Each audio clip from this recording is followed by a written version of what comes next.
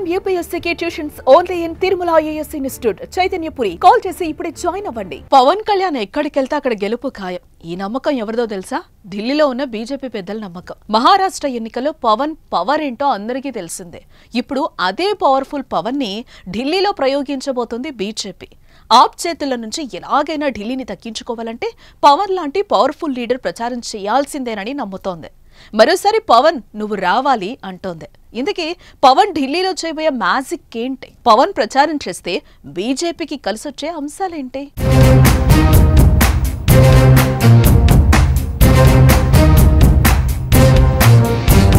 దేశంలో భారతీయ జనతా పార్టీ అధికారంలో ఉన్నప్పటికీ దేశ రాజధాని ఢిల్లీలో మాత్రం ఒకసారి కూడా అధికారం చేపట్టలేకపోయింది.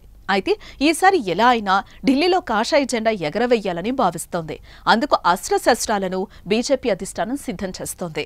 ఓటర్స్ ను ఆకర్షించే విధంగా హామీలను గుప్పించడంతో పాటు హేమీలతో పక్కా ప్లాన్తో ప్రచారాన్ని నిర్వహిస్తోంది. దీనిలో భాగంగానే పవన్ కళ్యాణ్ ను బరిలో దించడానికి బీజేపీ పెద్దలు రెడీ అయ్యారు.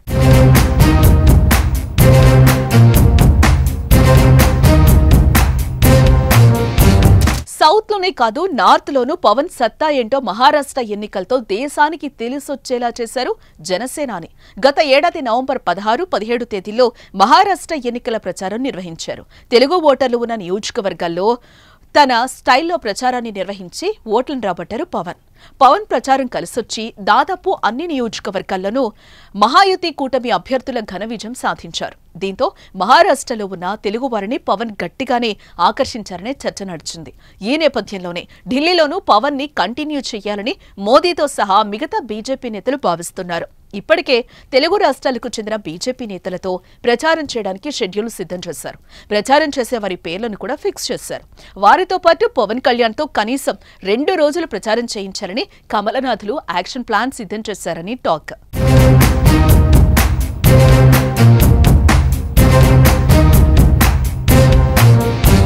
పవన్ పర్యటనతో ఢిల్లీలో వచ్చే లాభమేంటి అని పరిశీలిస్తే ఏపీ ఎన్నికల్లో కూటమి ఘన విజయంతో పవన్ దేశవ్యాప్తంగా పాపులర్ అయ్యారు. సినీ నటుడిగానే కాకుండా పొలిటీషియన్ గా పవన్ కు చరిష్మా పెరిగిందని చెప్పుకోవచ్చు.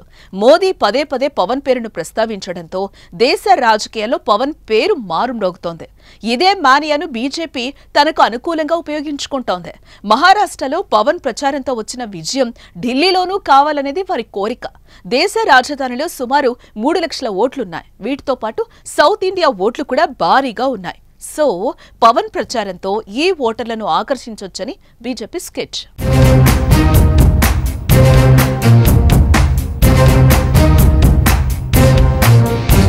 ఫిబ్రవరి 3తో ఎన్నికల ప్రచారం ముగియనుంది. ఈ సమయంలో ప్రధాన పార్టీలన్నీ ప్రచార కార్యక్రమాలు హామీల వర్షాలతో హోరెత్తింపు చేస్తున్నాయి. ఈ సమయంలో పవన్ ని రంగంలోకి దించాలని బీజేపీ భావిస్తుందని అంటున్నారు. అతి త్వరలో పవన్ కళ్యాణ్ తో ఢిల్లీలో కనీసం 2 రోజులు ప్రచారం చేయించనున్నారని సమాచారం. మరి ఢిల్లీకి పవన్ వెళ్తారా? మహారాష్ట్ర స్థాయిలోనే ఆకర్షిస్తారా లేదా అనేది ఫలితాల తర్వాత చూడాలి.